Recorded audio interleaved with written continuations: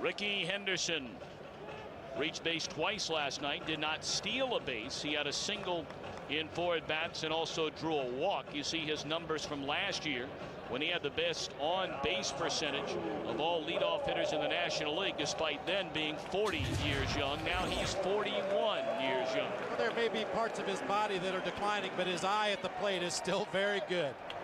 He forces pitchers to throw a lot of pitches. First pitch down and in to Henderson. Ball 1, and we're underway here at the Tokyo Dome. 55,000 the attendance last night. Should be right on that mark again tonight. Smokes it fouled, even a count of ball to strike. As you heard Chip Caray mention in the open to the show, a lot of work has been done to the home plate area. Some more clay has been added to the dirt behind home plate. You can see how deep Rickey Henderson's back foot is already in that batter's box. We'll see how the batters come out of that box after making contact. Henderson didn't like the call. 1 ball and 2 strikes. He'll be followed by Darrell Hamilton and then Edgardo Alfonso. Fouled back out of play. Farnsworth in '99 spent most of the season in the major league, seeing his first big league action during 3 stints on the Cubs roster.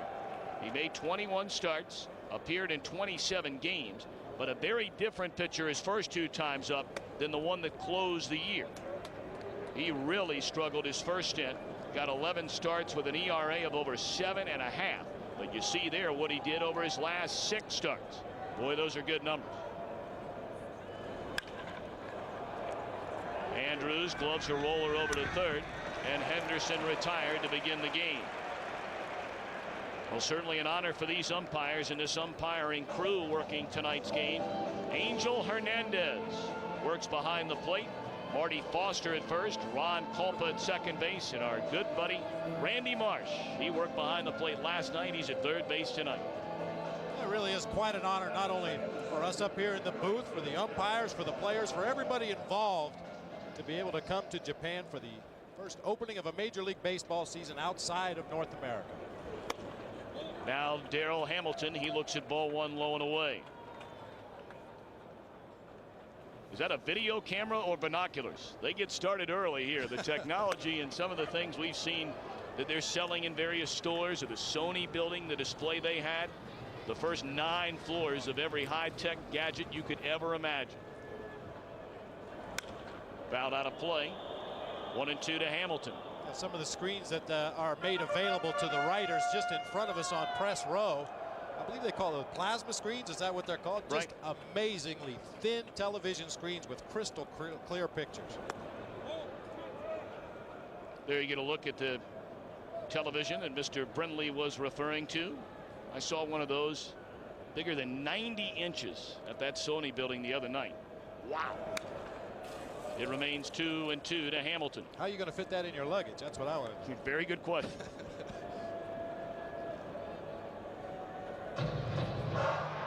Bobby Valentine out to the ballpark very early today, throwing extra batting practice to Derek Bell before the regular batting practice for both teams. Managers don't do that a lot anymore. Occasionally you'll see a manager come out very early and throw batting practice, but it's become quite a rarity.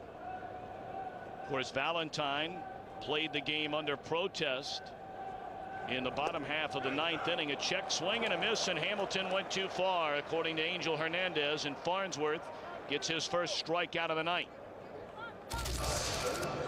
You get a look from up above the Tokyo Dome.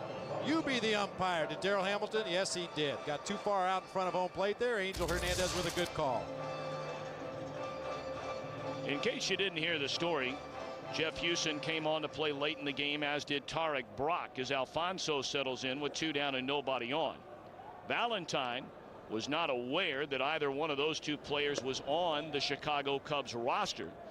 Thus, he played the game under protest with home plate umpire Randy Marsh, and immediately following the game, when he learned that both were indeed on the 25-man Cubs roster, rescinded the protest. But Don Baylor was none too happy about the gamesmanship displayed by Valentine.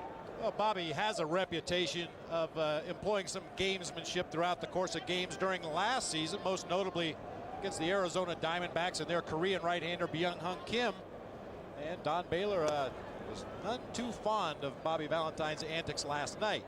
In fact, when they introduced the starting lineups, as they do for opening day back in the States where the players line up the third base line, the first base line, the two managers, is generally custom anywhere to shake hands. They didn't do it tonight.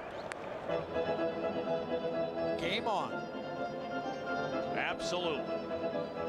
And you can certainly understand why there was some confusion on the part of Bobby Valentine. Both teams have allowed several players to come along on the trip to Japan who will not be on the regular season roster. And they did that for the exhibition games. Correct. And those players are in uniform tonight, sitting on the bench observing the game. They aren't eligible to play in the game, but a little bit of confusion on the Mets side of the field as to exactly who was on the opening day roster for the Cubs. Alfonso lifts a fly ball down the right field line. Sosa won't catch up with him.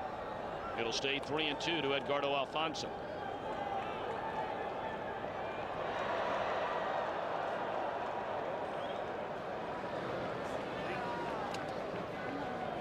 And did we see some faces, just some magical moments here in the crowd last night.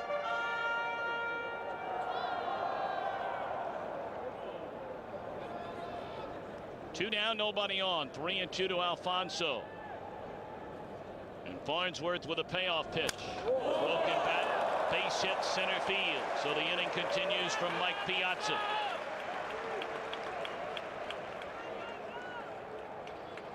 It appeared that Farnsworth shook off his catcher, Joe Girardi. It appeared Girardi wanted to go inside with the fastball. Farnsworth shook off to an outside fastball, and Alfonso was able to fight it off into center field for a base hit. I believe Farnsworth, being a young pitcher, will improve as the season goes on by working with Joe Girardi, a veteran catcher back there. Well, last night, Brian Williams came out of the Chicago bullpen throwing gas, 93, 94 miles per hour. And he kept throwing them to Mike Piazza, who kept fouling him away.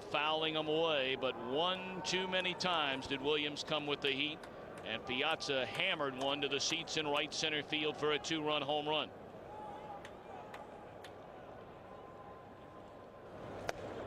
Breaking ball, 2 breaking balls in a row now to Piazza at this at bat. It's all right to throw breaking balls, but he's still 2-0. Another fastball count right here.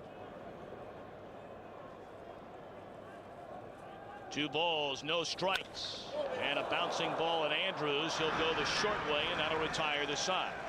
1 hit, 1 left. Sammy and the Cubs come to bat in the bottom of the first inning of a scoreless game.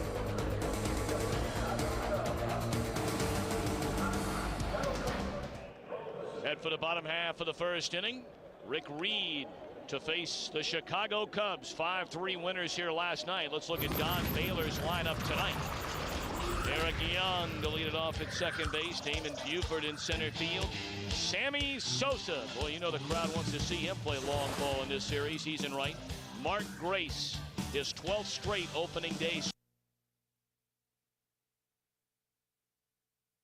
Shane Andrews is at third. Jeff Houston gets a nod at shortstop. Joe Girardi behind the plate. Farnsworth on the mound. And the man they'll be facing, right-hander Rick Reed. A lot of people have described Rick Reed as the poor man's Greg Maddux. He features a changeup, a slider. His best pitch, however, a cut fastball along with the sinking fastball. He'll use both pitches on both sides of the plate. Superb control. Basically throughout his career, he's been a 6-inning pitcher. Starts to show signs of wear and tear after about 90 pitches. The defense behind him, Todd Zeile. Certainly a big question mark now. Moving over to first base, replacing Olerud. Alfonso at second. Ray Ordonez, spectacular at shortstop. A winner of 3 Gold Gloves and no errors in the last 101 games. We'll keep an eye on him as Young swings at the first pitch and pops it up. Alfonso drifts into shallow right. 1 pitch, 1 out for Rick Reed. Reed has been a fabulous pickup for the New York Mets. There's no 2 ways about it. A young man who, when he first came to professional baseball in 1988, made the jump from Class A ball to the major leagues with the Pirates, but really was never given a chance, as you look at his numbers last year, to stay in the major leagues for any significant amount of time. The Mets got him as a 6-year minor league free agent in '95. And the last 3 years, he has won 40 games for the Mets. He's perfectly suited to pitch in front of this Mets infield defense as well, Tom. A lot of movement on his fastball, whether it be the sinker or the cutter. Throws the ball over the plate, lets his defense work behind him. You saw the rather high hit total, 163 hits in 149 in the third innings. That's because he does throw the ball over the plate so often. 0-2 to count, and a roller off the bat of Buford, and look at that. Ray Ordonez bent over to pick it up and rolled right into center field. It may have hit the seam, but we showed you a moment ago he's not committed an error in 101 games. That appeared that ball you can see came from the AstroTurf onto the dirt area out there at second base. It just stayed down underneath the glove. Normally Ordonez would get down in the dirt there to make sure and scoop that ball. Maybe just a little lackadaisical, didn't get down far enough, allowed it to go through into center field. 0 errors in 101 games before tonight, a major league record for shortstops, and that is ruled an error on Ray Ordonez. The first time that has happened since June the 13th last season against Boston. So truly the fans in Japan are seeing something that the folks in the States never see. An error by Ray Ordonez.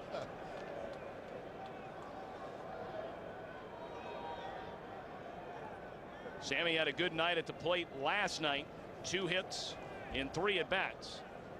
And Sosa also walked twice in the game. Of course, with the exchange rate, that's only 1/100th of an error. Oh, you're pretty quick with that exchange rate. Inside to Sosa, 1-1. You've got that down now. Well, I don't know. Well, what is the latest exchange? Do you know? I didn't check the papers this morning. As I said last night, it's roughly 100 yen. Now open the paper. It's 106 now. 106? Yeah. There you go. Thank you. Mr. Wall Street. I don't read the financial pages, pal. You might want to think about it. 1-1 to Sosa. We talked about last night. Don Baylor plans on bringing aggressive baseball to the Windy City this summer. A lot of stealing, a lot of hitting and running, and try and generate runs. 1-1 to Sosa. Foul out of play. And you'll notice as Rick Reed holds Damon Buford on over there at first base. Todd Zeile tonight standing directly on the bag with a right-handed pitcher on the mound. The Mets play a more traditional defense over there at first base. You see Zeile positioned inside the bag there to hold Buford. With the left-handed pitcher, we saw Zeile come way up in front, almost leading off the bag with the runner.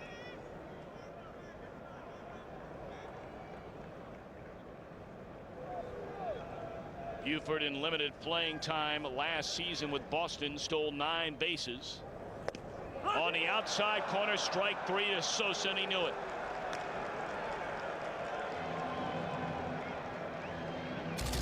I called Rick Reed the poor man's Greg Maddux, and I meant that as the highest compliment. This time a sinker that starts just off of the outside corner. Sammy gives up on the pitch. It tails right back over the outside corner for strike 3. Maddux is able to do that so well. Throw the sinker on either side of the plate, throw the cut fastball on either side of the plate. Really gives the hitter a lot of different looks with only 2 pitches. Race 1 of 3 in the game last night, hit a solo home run in the 8th inning. He also lined to right, lined to center, was hit by a pitch and drew a walk. 1 hopper at Zeile, and that'll do it in the Chicago first inning. A rare error by Ray Ordonez, but Buford left it first. We move to the second in Tokyo, the Roppongi district. Brenly spent a lot of time there on his trip. Ray Ordonez made his first error in 101 games. Look at the reception he gets from his teammates on the bench. You think he hit the game-winning home run. They appreciate how difficult his position is and how marvelously he has handled that leather out there over the last couple of seasons for the New York Mets, especially those pitchers right there to give him high fives. Some of you may be asking, how many times did Ordonez have a chance to field a ball without an error? 4.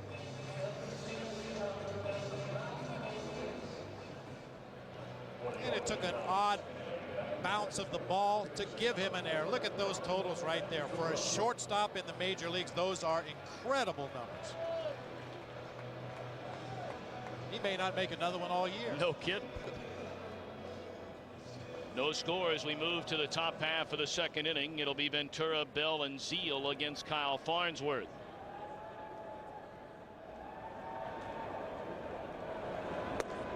Ventura looks at ball one. Robin, a .301 hitter, 32 home runs, 120 runs batted in last season for the Mets. 2-0.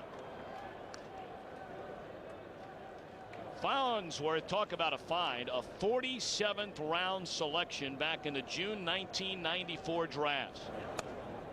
There's a strike, 2-1.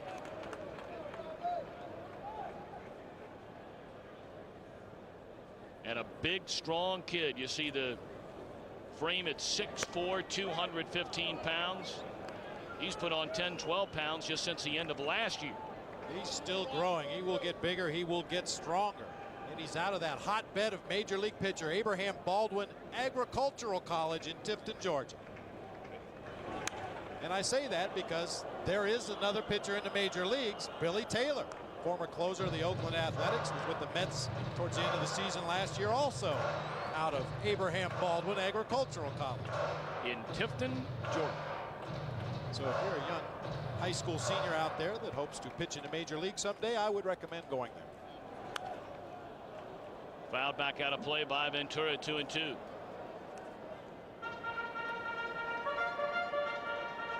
Derek Bell waits in the on-deck circle. Bob told you that Bell was out very early with Bobby Valentine and Tom Robson, taking a little extra batting practice before the game today. 3-2 now to Ventura. It's an ongoing process throughout the season, not only for Derek Bell, but for all major league hitters. Occasionally you need to come out, work out the kinks a little bit, take a lot of extra batting practice. Farnsworth bare hands and throws out Robin Ventura.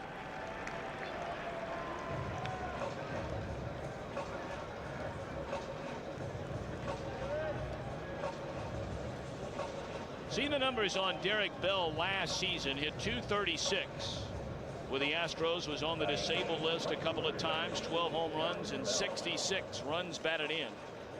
He is certainly one of the real question marks on this New York Mets team going into the 2000 season. He's had some fine years in the major leagues, including 2 years ago when he knocked in 108 runs. But the Mets need offense from that outfield. They have a terrific infield. Defensively, definitely Zeile a question mark, but Zeile will hit. But in that outfield, Henderson, 41 years young, he still looks good. Hamilton steady, not spectacular offensively, but they need a bopper out there in right, and they're leaning hard on Bell. Well, everybody knows Derek Bell is capable of being that guy to drive in those runs behind Piazza and Ventura. Mentioned during last night's telecast, he had a very close working relationship with Tom McCraw, his hitting coach in Houston, and had problems when McCraw was not able to be there because of his problems with cancer. So today's early workout with Bobby Valentine and Tom Robson, starting to develop that relationship, learn the terms. That's what it is, I think, more than anything else between a coach and a player. Learning what terms makes that batter feel comfortable. Your elbow's too high, your elbow's too low, your hands are too quick, your head's moving too much, up, down, whatever the case may be. Learning the proper terminology to get through to that player and make it easy for him to understand what he's doing wrong. 3-2 now to Derek Bell. Farnsworth, a quick worker, challenges Bell with a fastball, and he lifts a fly ball Sosa's way in right for the second out of the inning. Well, one thing we like to keep an eye on with hitters is what does their head do during their at bat. Keep an eye on Derek Bell's head right there. Does he move as he's approaching that ball? There will be a little bit of forward movement naturally.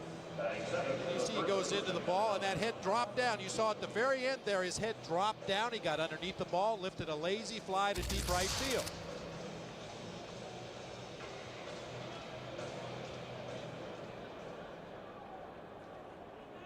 And if you're not hitting, you may as well sit next to the manager and try and butter him up a little. That never hurt either. There's a strike to Todd Zeile.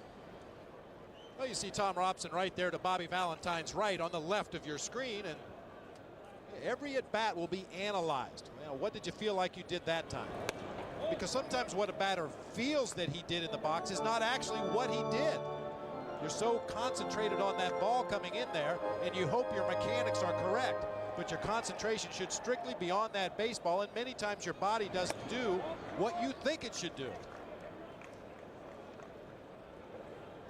See Bobby Valentine telling him, hang in there, you're all right. Tom Robson offering a few words of advice. And it's always nice to see a player who will take advice. On the ground to third, Andrews throws out Zeile in a perfect second inning for Kyle Farnsworth. Rodriguez, Andrews, Houston will bat in the bottom of the second. No score from Tokyo. No scores. We go to the bottom half of the second inning on April the 6th. Don't miss the first edition of Baseball Thursday on Fox Sports Net. Tony Gwynn and the Padres visit the Mets, 7 Eastern, 4 Pacific. Then in the nightcap, the Philadelphia Phillies to take on the Arizona Diamondbacks without slugging third baseman Matt Williams. That'll get underway at 9:30 Eastern, 6:30 Pacific on Fox Sports Net. Williams broke his foot in a spring training game 2 days ago. Very bad news for the D-backs. He had a very odd injury at that time. Most of the time when a batter fouls the ball off his foot, it's the front foot, as you see Henry Rodriguez with the guard on the right leg, the front leg. Matt Williams twice in his career now has broken the back foot on foul balls. Very odd. The other time it happened was when Matt Williams was playing for the Giants.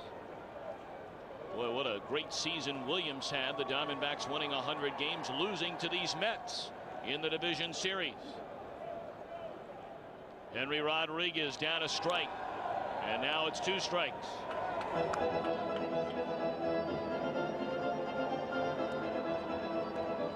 Shane Andrews had a big night in the season opener.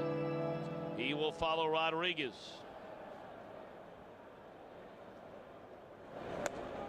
Fastball away, 1 ball, 2 strikes. Rodriguez, 1 hit in 4 at-bats last night.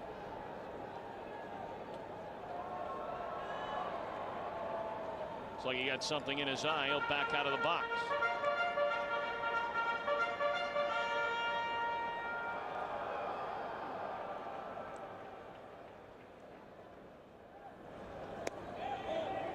Check swing. Piazza appeals to Randy Marsh. He did not go around.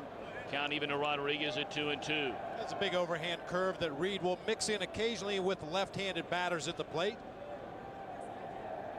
Basically throws the cutter, the sinker, and the slider, an occasional changeup, an occasional overhand curve. Into left center field. It'll fall in for a base hit. Rodriguez a big turn. Hamilton able to cut it off and hold Henry to a single. While we have a moment, let's go downstairs to our colleague Chip Caray. Okay, Tommy, one of the great things about this trip to Japan are all the great fans that have come from New York and Chicago. We're here with Steve Swidler, lifelong New York Met fan. You've been to every Mets opener for how long now? About 20 years we've been going to the opener, and if you say you went to all the openers, you had to be here in Tokyo this year. Check down, folks. Check out this guy's attire. He's got the Mets orange and white and black and blue shirt. Team Swid here. Now, what about this lid you've got going on? What in the world is that? Well, we figured if you're going to be in Japan, you got to do what the Japanese do, and that's wear a Met hat with a Japanese symbol. Now, we understand that that's not necessarily a Met symbol, and you are a lawyer, so you're going to go after the guy that sold it to you, right? I think, though, but I'm not a lawyer here in Japan. I am in New York. Then when we bought the hat in New York, it had the Met symbol on the back, so we kind of figured this said Mets in the front, but we'll go with it while we're here. Well, enjoy your stay. Tommy, who would have thunk he got ripped off in New York? How about that? Back to you upstairs. Wow, well, turnabout is fair play, I guess, to some extent. I'm sure that's never happened to a foreigner in New York City. Check his watch. I think that might be one of those knockoff Rolexes, right. too. Strike 1 to Shane Andrews. And now 0-2. Boy, that's great, Tommy. Obviously, he was able to make this trip along with some of his buddies, but we've seen a number of Mets fans and Cub fans that have made the trip from the States over for this 2-game set. Still a good-looking cap. I would need to know what that says before I wore that out in public. You might have a few problems walking the streets here in Tokyo, and I don't think you'll be bothered at all in New York City. Boy, both of them got taken. They were 2 for 1. Right. See, there's the smart guy in the group. Well, he bought one, but somebody stole it. Well, maybe you're right. I doubt it here. 0-2 to Andrews. Leadoff man aboard in the Cubs' second inning of a scoreless game, and now 1 ball and 2 strikes. Andrews released by Montreal last season after appearing in 98 games for the Expos. He hit 5 home runs in 19 games after being picked up by the Cubs. And they really didn't have a better answer at third base in their system. So they brought Andrews back. And a terrific opening game. Reached base 4 times. Had 3 runs batted in, including a 2-run home run.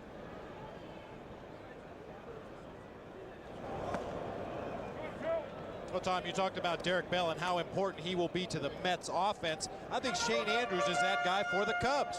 They're pretty solid through the middle with Sosa, Grayson, Rodriguez. Shane Andrews is a guy working with Jeff Pentland very closely to try to make more contact at the plate. He's been a guy that strikes out a lot in the past. If they can just get him to make contact, especially with that wind blowing out of Wrigley Field, he could be a major force in that Cubs offense, but not this time. Reed threw a fastball right by him. Second strikeout of the night for Rick Reed. Take a look at that strike 3. That appeared to be that sinking fastball that started outside. It was up high, not a good location for Reed, but again, you don't have to throw the perfect pitch every time.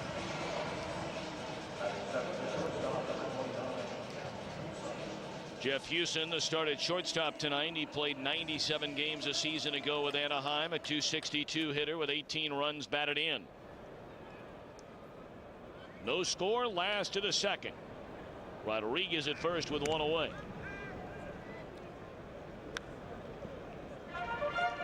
And Houston, the kind of player that Don Baylor would be prone to play a little hit and run with. Very good contact hitter at the plate. Henry Rodriguez at first base. Not great speed. He's the kind of guy that you want to get in motion, try to stay out of the double play. Rodriguez not running, and Houston looks at a strike. It'll be interesting to see not only the Cubs, but how other teams in the National League challenge Mike Piazza behind the plate this year. Had a long talk with John Stearns, the bench coach for the Mets, who worked closely with Piazza this spring, trying to improve his footwork and his throwing behind the plate. Well, the Cubs only stole 1 base last night. The very first batter of the game, Eric Young, and Piazza got rid of the ball quickly and made a very strong throw. John Stearns told me that they worked a lot on his balance. There were times that Mike Piazza got too far back on his heels and really had to catch up with his body to unload the throw to second base. Caused a lot of mechanical problems. They've got him balanced a lot better now behind the plate. And above and beyond that, Stearns said he felt there were times that Piazza did not anticipate runners breaking for second base. See John Stearns sitting right there, a 4-time National League All-Star catcher with the Mets. They used to call him the bad dude, and they called him that for a reason. What an athlete he was. Former baseball and football star at the University of Colorado. On the ground, this should be 2. Ordonez, Alfonso, a double play will end the inning. 1 hit, nobody left. A little easier time of it for Ordonez, and he'll lead off when the Mets bat in the 3rd.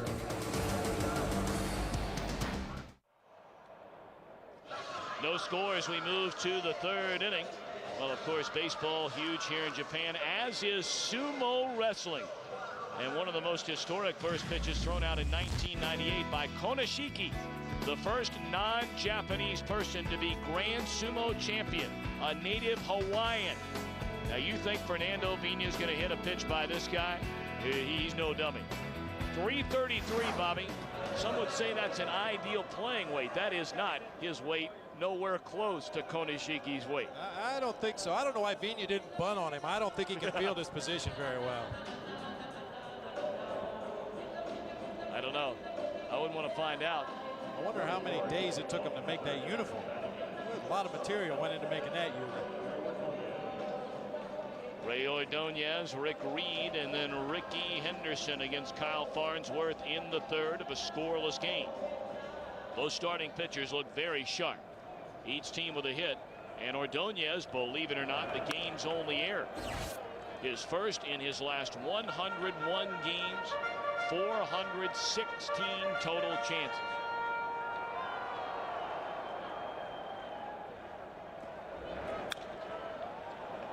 Andrews backs up on the one hopper, one away.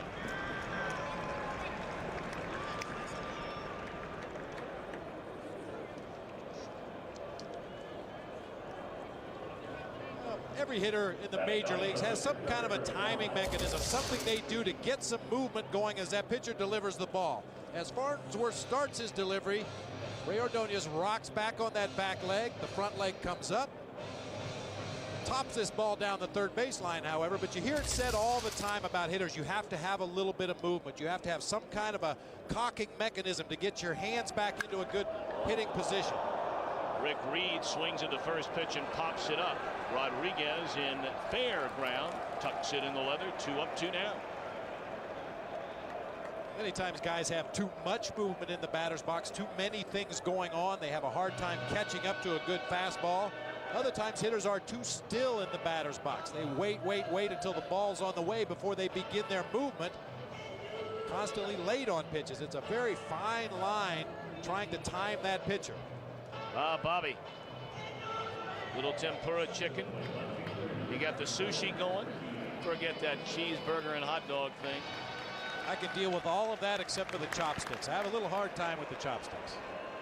Why? You've had a week to try and master that craft. There's a strike to Henderson. And believe me, I have tried. But you know, wooden sticks are only good for banging on drums as far as I'm concerned. Give me a big old spoon. Henderson pops it up. Routine for Grace, and in fair ground he has it to end the inning. Farnsworth has retired the last 7. The Cubs come to bat in the bottom of the third at the sold-out Tokyo Dome. No score. No score, bottom half of the third. Our food connoisseur, Professor Brentley, please fill us in on the menu here at the Tokyo Dome. Well, everybody knows these three. Those are the all-American staples at a ballpark. Beef teriyaki I've heard of. Soybeans I've heard of. I've heard of sake, believe me. Sushi, I know sushi. Ramen noodles. This one right here, that yakitori, I'm not sure exactly what that is. I would assume you know. I have no idea. Maybe that's yakitori right there. Who knows? Chicken on a stick. Chicken on a stick. Why don't they just call it chicken on a stick? Well, it's quicker to say yakitori. Yakitori. All right, I'll buy that. Soybeans at the ballpark, though. There you go. Could start a trend. Maybe they'll be selling baked beans at the ballparks in the States. Well, you know, ramen is to Japan what the hamburger is to America. A national junk food symbol and obsession. Oh, Bobby, these quick, easy meals. You add a little hot water, flavoring power. Wait a minute now. And presto. Supermarkets, convenience stores, you get it anywhere. Just like that. You're dialed in. Give me that. And the way you are in the kitchen, that's just about right. The easier, the better. I'll still take that ballpark steak, those hot dogs. Joe Girardi to lead things off in the Cubs' third inning. Good morning to those of you back in the United States. Both of these teams will be making their way back to the homeland tomorrow. Seal handles a one hopper. Nice play. He beats Girardi to the bag. The Cubs will fly back tomorrow. They'll land in Chicago Saturday afternoon, have Saturday night off. Sunday they will fly to St. Louis and will play Mark McGwire and the Cardinals starting Monday at Busch Stadium. The Mets, the same deal. They'll leave tomorrow. You make up time flying back, so you leave here on a Friday, arrive home on a Friday as Farnsworth looks at a strike. You lose a day coming over, you gain it back heading home. And the Mets, with Tom Seaver throwing out the first pitch, will begin their American portion of the regular season against the San Diego Padres, followed by a 3-game series against the Dodgers. I know there are always scheduling problems every year, Tom, but it just seems odd that the Mets open at home on the East Coast. Possibility of snow on the ground, cold weather. Playing against 2 West Coast teams where it's probably going to be sunny and warm. Not probably. You can phone it in, San Diego. Farnsworth grounds out to second base. The best thing that could happen for Kyle Farnsworth when he comes to the plate is to have a runner on base. He's a very adept bunter. He's a very feeble hitter.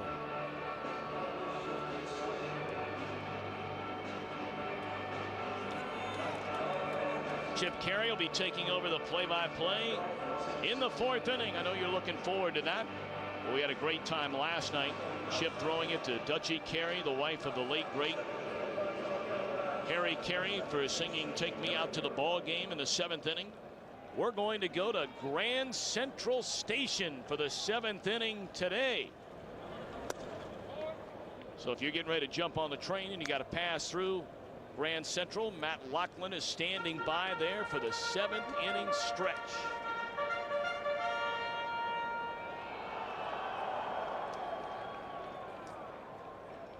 Eric Young looks at a strike, 1-1.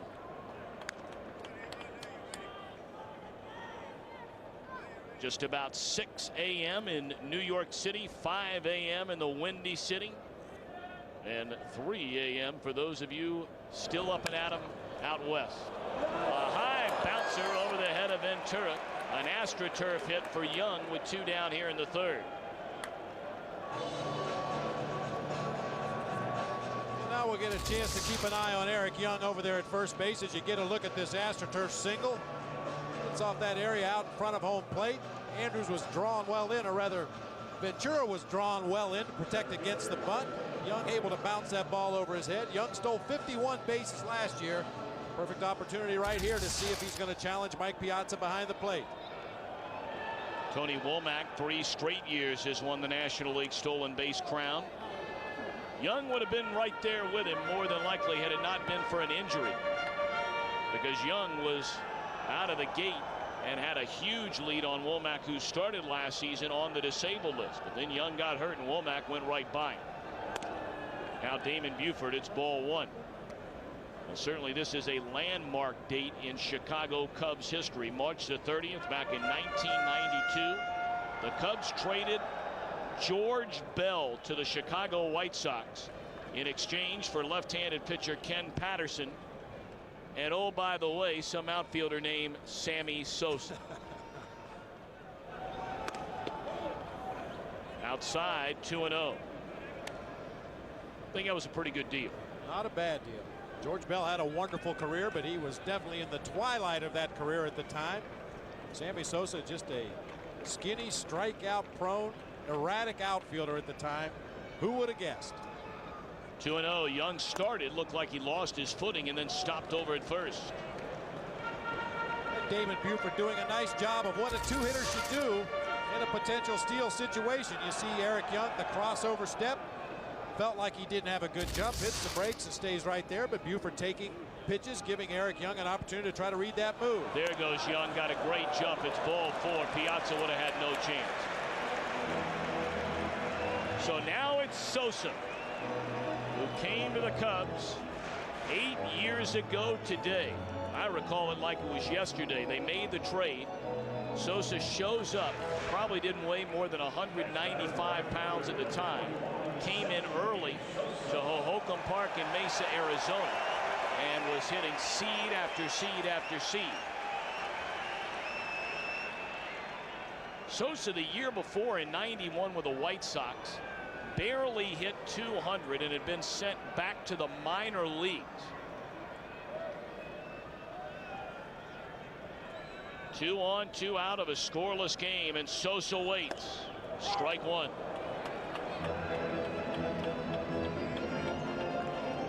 Reed definitely appeared distracted with Eric Young on at first base, throwing 4 consecutive balls to Damon Buford. He cannot afford to be distracted right now. All of his attention and concentration should be focused on that hitter at the plate.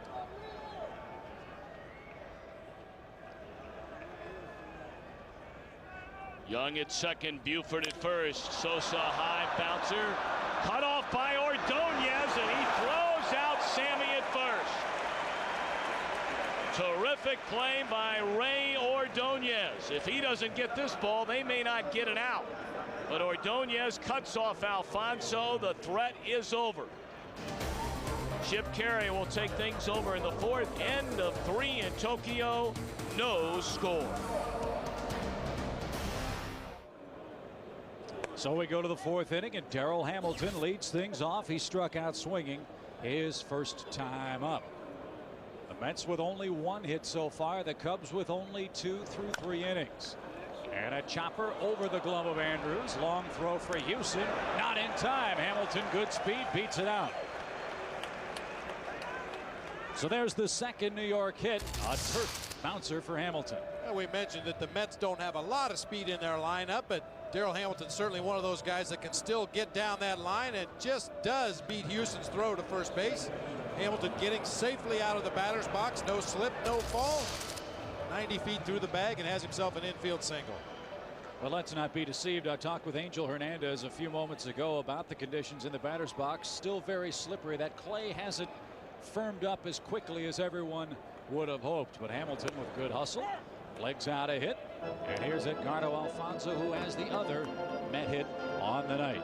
Well, you can see as the hitters get in the box and kind of shuffle the dirt around there. It is very, very loose on the top. And between innings last night and also in the game tonight, the ground crew has come out and tried to tamp down that dirt, make it a little more solid, but so far not a lot of luck.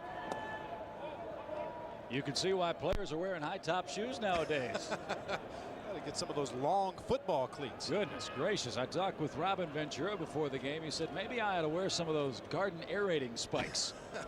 Yeah, Robin was the one hitter on the Mets that really had problems last night. 2 times going all the way to the ground trying to get out of the batter's box. A ball and a strike. And Alfonzo takes low. 2-1. Cubs really counting on this kid, Kyle Farnsworth, to solidify that rotation. If they can get Kerry Wood back, Ishmael Valdez, Kevin Tapani, John Lieber, and this guy, all of a sudden the Cubs have a very respectable rotation in the Central. Well, a very impressive outing by Lieber last night. You had to come away from that game thinking that the Cubs have really found themselves something special. Guys like John Lieber aren't around very much in Major League Baseball anymore. The guys that are not afraid to throw the ball over the plate, let their defense work behind them. Just a very workmanlike outing last night. Very impressive. Downstairs to Alfonzo. 3 balls and a strike. You look at Lieber and you see that devastating slider that he throws. Nice low 90s fastball. He's Opie Taylor with an assassin's heart on that mound. And you're right, Bobby, a real find for the Cubs last year. There is great news as well from the Cubs camp regarding Kerry Wood, Kevin Tapani, and Ishmael Valdez. Kerry Wood threw yesterday down in Arizona. His velocity between 93 and 98 miles per hour. Wow. He is throwing the slider again. Farnsworth threw one there and he missed with it, and that's ball 4. 2 on, nobody out for the Mets and their best scoring opportunity of the game. So the timetable for Kerry Wood, instead of being sometime in May, might be sometime by the end of April. Ishmael Valdez has thrown twice on the side in Arizona, has had no discomfort, no more problems with the tendonitis in his shoulder. And Kevin Tapani, who did not make the trip to Japan, struck out 10 in a minor league start yesterday as well. But first things first, here's Mike Piazza with 2 on and nobody out. And there's a good live fastball. Piazza felt that he let a pitch get by that he would normally come out of his shoes swinging at right there. It gives you an idea of the kind of pop that Farnsworth has on that fastball. A very smooth, easy delivery. The ball really seems to jump on the hitter. Piazza bounced into a force play to end the New York first. And every time he steps anywhere near the batter's box, you'd think you're watching a ball game on a hot Midwestern night. All those fireflies popping in the stands. And those accolades tell you why. Everybody in the house wants to see Piazza make some more magic like he did last night. 7 consecutive Silver Slugger awards. For those of you that aren't familiar, that's for the best offensive player at each position. I don't think there's any question this guy is the best offensive player at his position in the National League. How long will he remain a catcher, though? You talked about that last night. There are many who say that to prolong his career, a move to first base is going to be inevitable. But I know you respect the fact that he wants to wear the tools of ignorance and be behind the plate day in and day out in New York. Not only that, Chip, but the fact that he's trying to improve on his game behind the plate. We talked about that earlier. John Stern spent a lot of time in spring training trying to refine some of Piazza's mechanics behind the plate, his throwing to second base. We'll get a look at some of those changes later in the game as it progresses. Some of the fans out there may remember Bob Boone and the way he received the ball behind the plate. They're trying to get Piazza to do a little bit more of the Bob Boone style of catching. 2 balls, 2 strikes to Piazza. There's no doubt about it. That is the most difficult position in baseball to play. You have to know your pitchers, the opponent's pitchers, the opponent's hitters. Then you factor in the squatting, the standing, and the punishment you take back there every single day. And then you look at the numbers Piazza has put up and you see why he's so special. He stays alive, count 2-2. Last night, speaking of special, Mike Piazza made it interesting for the Mets with a 2-run bomb. It's not unusual for a major league hitter to strike a home run and stand at home plate and watch it, but very few major leaguers can hit home runs to the opposite field and stand at home plate and watch them the way Mike Piazza can. Is there a player, Bobby, that gets more leverage with an at-bat than Mike Piazza? If it is, he must be playing in the Japanese major leagues, because I haven't seen anybody generate the kind of power that Mike Piazza. Just, I mean, scary power. You see the numbers. Only player in the majors with a 300 average, 30 homers, 100 RBIs, 4 years in a row. Tremendous numbers. Tremendously strong upper body. Seems like he uses a bat that's about 40 inches long. He gets right down on the knob of the bat and, as you said, just generates tremendous leverage. And power against power continues in this Farnsworth-Piazza confrontation. 2 balls, 2 strikes. No one has scratched in Game 2 in Tokyo. The Mets trying to salvage a split. The Cubs trying to shock the world and sweep this series in Japan. It would be their best start since 1995 when they won their first couple games of the season. Again, the 2-2 with Hamilton and Alfonso aboard. Piazza breaks his back, and Houston takes care of him for out number 1. How about Farnsworth? He is challenging the heart of this New York order, and we asked him, is that the kind of pitcher you are? I'm probably a power pitcher. I mean, I throw 93, 96, 97, so I'm not afraid to do anything. I mean, no one, I mean, spray bombs in the box, I'm knock them down. I mean, if you have to, because I got to make a living myself. I mean, you got to pitch inside to have a living in this game. So, I mean, I'm not really afraid. I'm just going to go after them. That's something that not enough veteran pitchers in the game do. Pitch inside, and if you're not afraid to throw your fastball inside to Mike Piazza, you've got a pretty good chance to make a living in this game.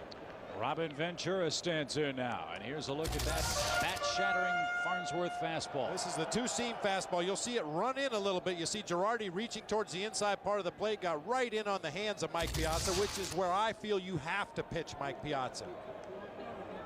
1 ball, no strikes to Ventura, and he hits it a mile high down the right field line. Playable for Sosa. Late break, foul ground. He's got it. There's out number 2. No tag by Hamilton or Alfonso.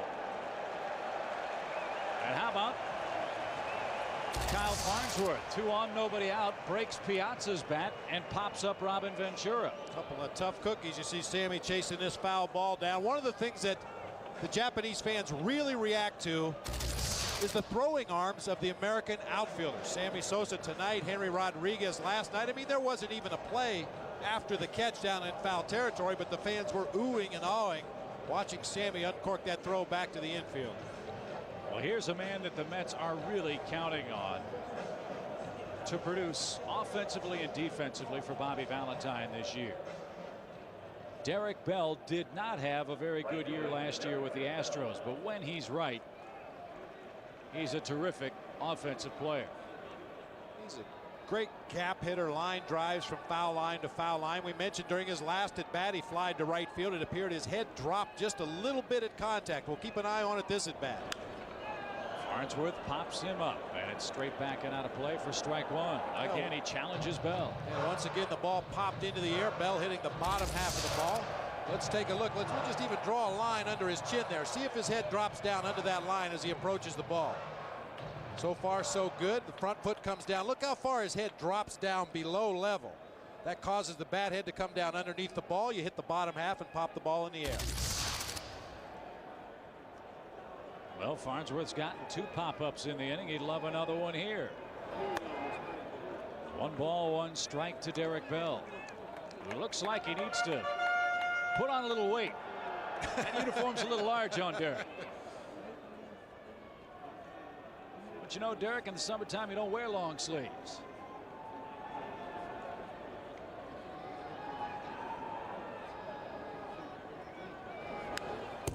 Good cut that time by Derek Bell. You know, I bet before the summer's over, Derek Bell will get nipped by an inside pitch on that baggy uniform.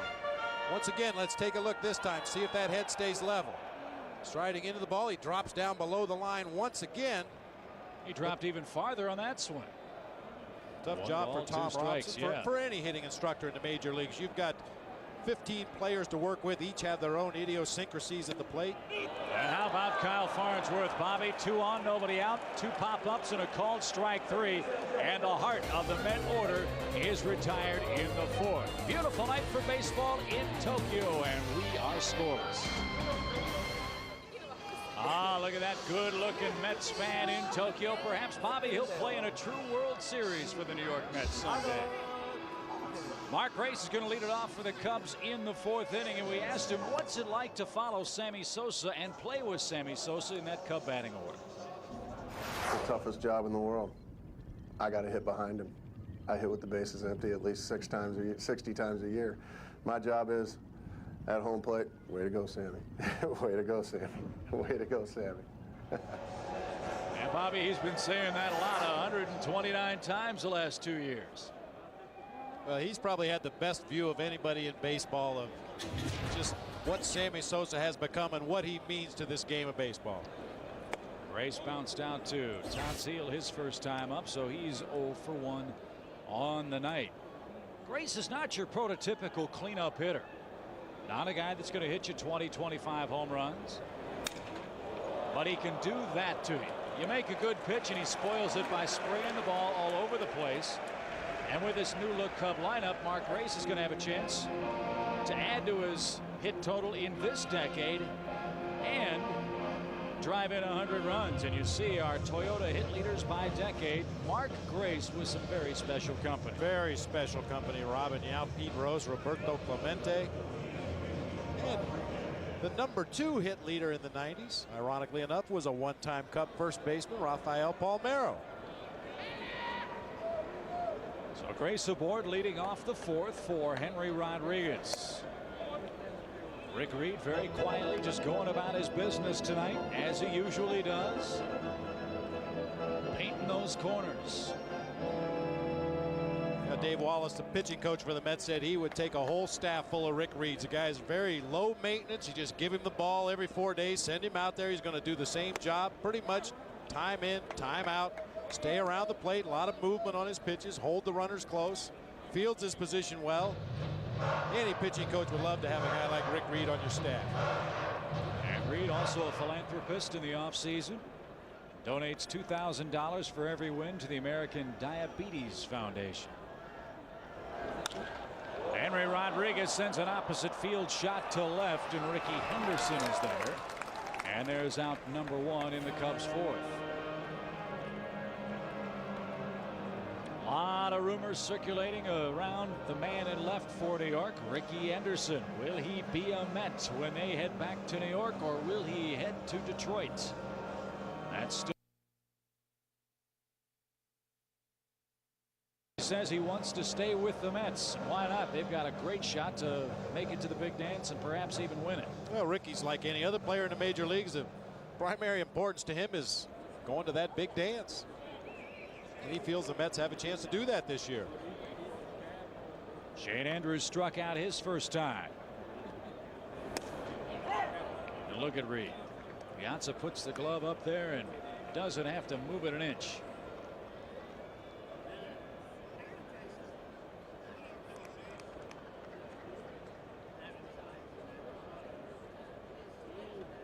Andrews drove in 3 runs for the Cubs last night. He fouls that ball off his foot. The Cubs really hoping that he will solidify third base. As you know, Bobby, it's been a black hole over there ever since Ron Santo was traded to the Chicago White Sox many years ago. Yeah, Ron, a good friend of ours. I think perhaps he jinxed that position. Yes, he probably did. But Jeff Pentland, who is one of the best hitting coaches in all of baseball, has really worked hard with Sammy Sosa, with Shane Andrews, and a host of other Cubs. But he watches his pupil take strike 3. I don't know that there's a hitting coach alive that can tell you what to do with that pitch. Just an absolutely perfectly placed fastball on the outside corner. See where Piazza set up just off of the corner. Nice low target. Can't do much about that, Shane. He's painting tonight. Is Rick Reed, his 3rd strikeout on the night. And quickly 2 outs for the Cubs and their shortstop Jeff Houston. 11 years in the big leagues for Houston. Ricky Henderson, long run down the left field line, and he can't get there. Houston's play with Montreal, Texas, Baltimore, Milwaukee, Seattle, Anaheim, and now the Cubs.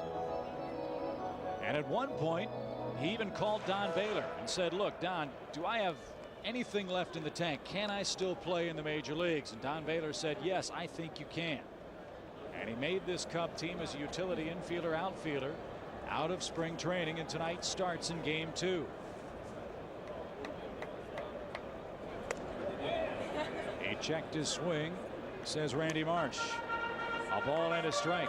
Well, every ball club could use a guy like a Jeff Houston, somebody that you can put in the outfield. He won't hurt you defensively. You can play him around the infield. He won't hurt you anywhere there. Hit .262 last year for the Angels. Very respectable for a guy that got limited playing time. Bouncing ball too short, and that's usually automatic. Despite his error tonight, Ordonez handles that play cleanly.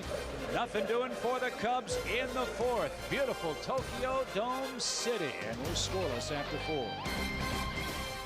Well, Bobby, baseball truly becoming an international game. The first Japanese native to play in the major leagues was Masanori Murakami, who threw out the first pitch for tonight's ball game. 54 games with the San Francisco Giants, but he's not the only Japanese to make it to the big leagues. There he is in his prime.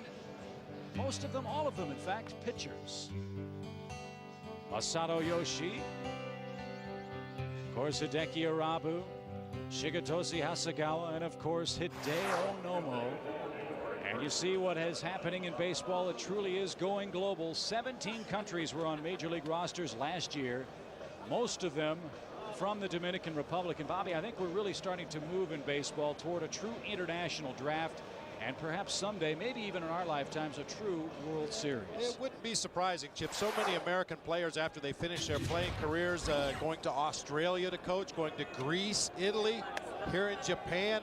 Baseball really is spreading out around the globe. And let's face it, we're always looking for new talent. Yes, indeed, especially on those mounds. I mean, I'll tell you, if there was a good pitcher at the North Pole, the scout would be up there looking at him. 2 balls, no strikes to Todd Zeile, leading off the New York 5th. That's the visiting team tonight. They were the home team last night, and the Cubs beat them 5-3 here in Tokyo.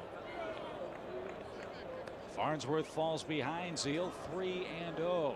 Farnsworth will throw a lot of pitches. That's normal for a power pitcher, and a young one especially. And on 4 straight, Zeile is aboard, leading off the 5th.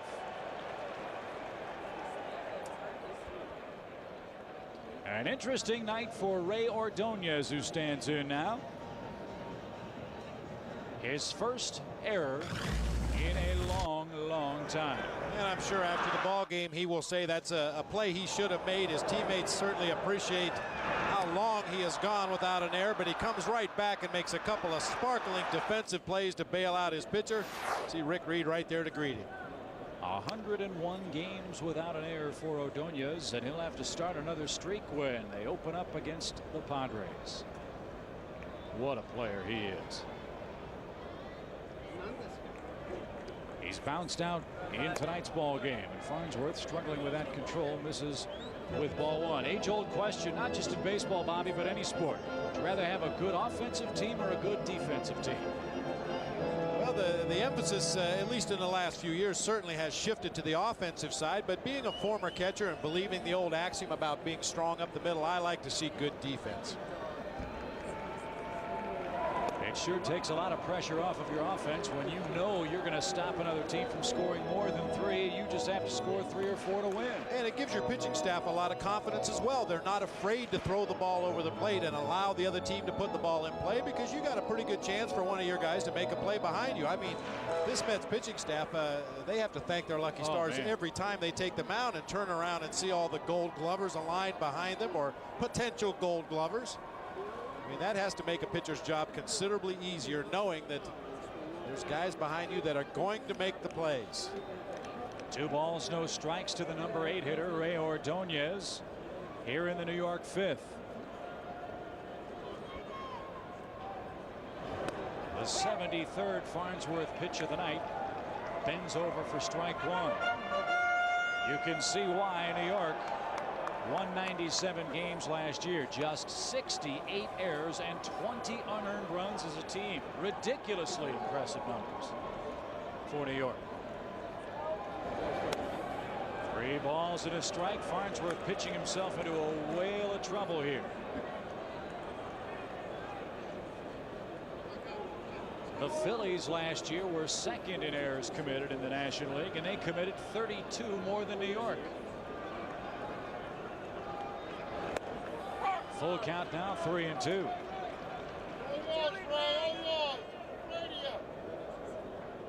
The pitcher Rick Reed waits on deck in what's been a brilliantly pitched ball game by both right-handers tonight.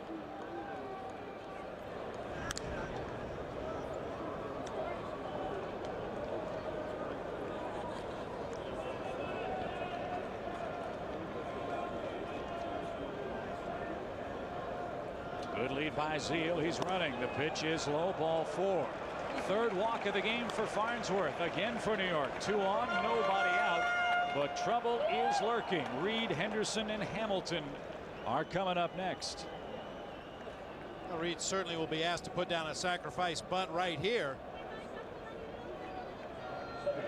Reed's job as the bunter will be to try to get the ball down that 3rd base line, force Shane Andrews to come in and field the ball. Mark Grace already playing up in front of the line at 1st base. We've talked about his defensive prowess over there for the Cubs. Definitely want to keep the ball away from Mark Grace, and it may be tough to deaden that ball on this artificial turf for Rick Reed. It won't be tough to deaden it if he hits it in the dirt, though. It might plug. Cubs that time used the wheel play. Shane Andrews charged as well as Mark Grace. Both corner infielders coming in hard to field the bunt.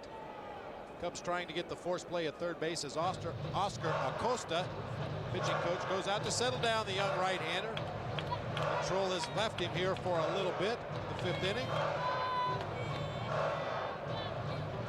And that is the ultimate bird's eye view of the pitcher's mound here at the Tokyo Dome. Like bacteria under a microscope there. Yes, very good. He did.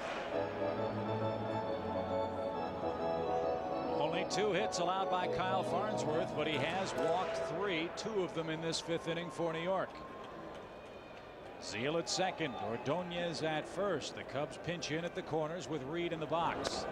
And again, Farnsworth falls behind, and he has done that all night long for the Cubs. And that time the Cubs playing a more traditional bunt defense. Andrews waiting to see if the ball was bunted down the 3rd base line and whether his pitcher could field the ball or not. With Zeile a slow runner at 2nd base, I wouldn't be a bit surprised to see the Cubs go back to the wheel play to try to get that lead runner at 3rd base. It was on. Farnsworth, though, spun as if to attempt a pickoff play at 2nd, so he helped tip the hand defensively on that sequence. Well, many times the opposition's base runners will tell you what bunt defense you want to try to employ, and once again with Zeile's lack of speed at 2nd base, maybe an opportunity for the Cubs to try to get that lead runner. Golden opportunity for New York. Reed lays down a dandy, and Andrews will flip to 1st. Perfect sacrifice bunt in a close game. fundamentals are key, and Reed gets the bunt down. Runners second and third, one out, and the top of the New York order coming up. And you'll see Shane Andrews staying back, waiting to see whether Farnsworth can field the ball or not. Nobody covering third base at this point, so Shane Andrews comes in, calls off his pitcher, goes ahead and takes the sure out over at first base. Well, we've called him the poor man's Greg Maddux several times in this broadcast, and once again, Rick Reed does something to help himself win a ball game, advancing runners into scoring position for Rickey Henderson in the top of the order. Henderson 0 for 2 has bounced to third and popped out. Farnsworth would love to have one of those plays in this situation. And Rickey pops it up right side. Grace gives chase. Girardi on the run, but it's well into the crowd for strike one. Shane Andrews even with the bag at third. Mark Grace the same way over at first. They play halfway with Jeff Hewson at shortstop. And once again, the speed of the runners at third base will determine where you position your infielders. A speedy runner at third base, Don Baylor may choose to bring the infield all the way in. A slower runner at third base, you can play them halfway. Give those middle infielders a little better range. This is not a good situation to be in defensively with a blindingly fast runner in Henderson in the box. He can bunt the ball. He can bounce it off the turf. And of course, you know, he's got plenty of pop too.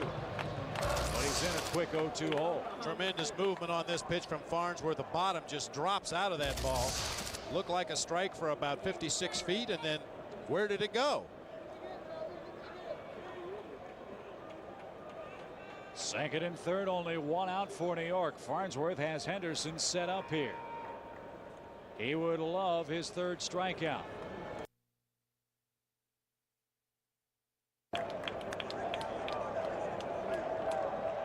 Through the early going of this game, Farnsworth was throwing a lot of four-seam fastballs up high in the strike zone. Here in the fifth inning, relying a little more on that two-seamer. A lot of movement, cutting the ball back in on the right-handed hitters. Well, he broke Piazza's bat in the fourth inning with that cutter. Still plenty of life on that heater, but he misses high. 2-2.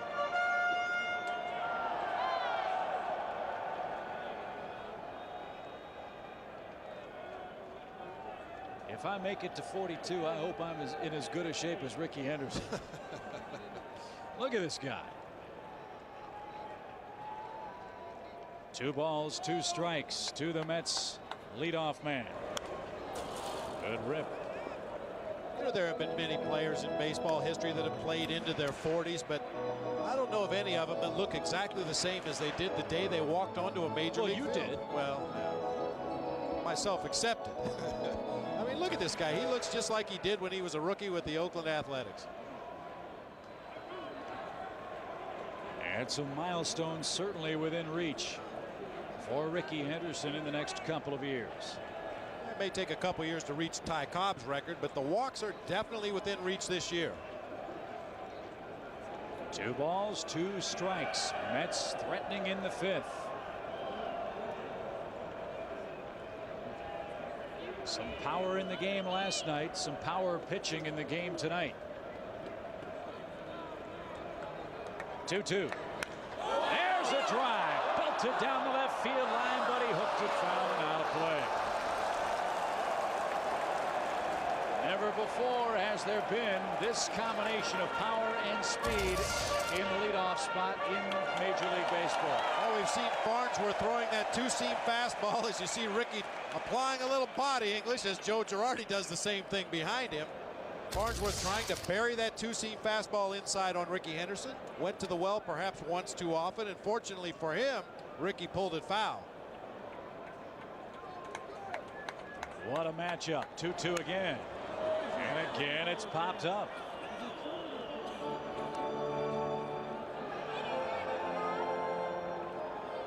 A grizzled old veteran, Rickey Henderson, against the raw-boned young right-hander Kyle Farnsworth in the fifth inning of a scoreless game in Tokyo.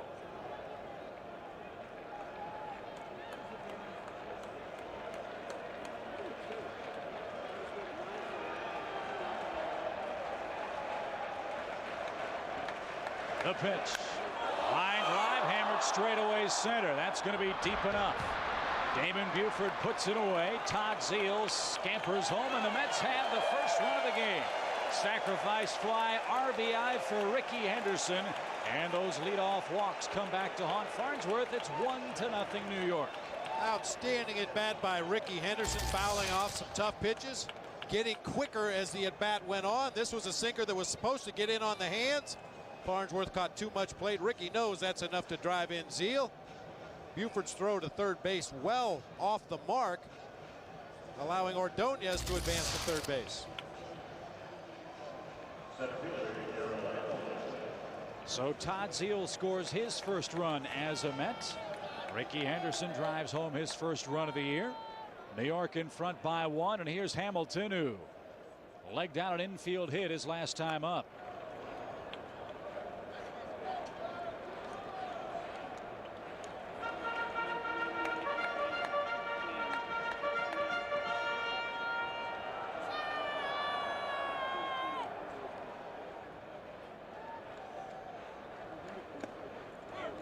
Off speed, in for a strike. 1-1 the count.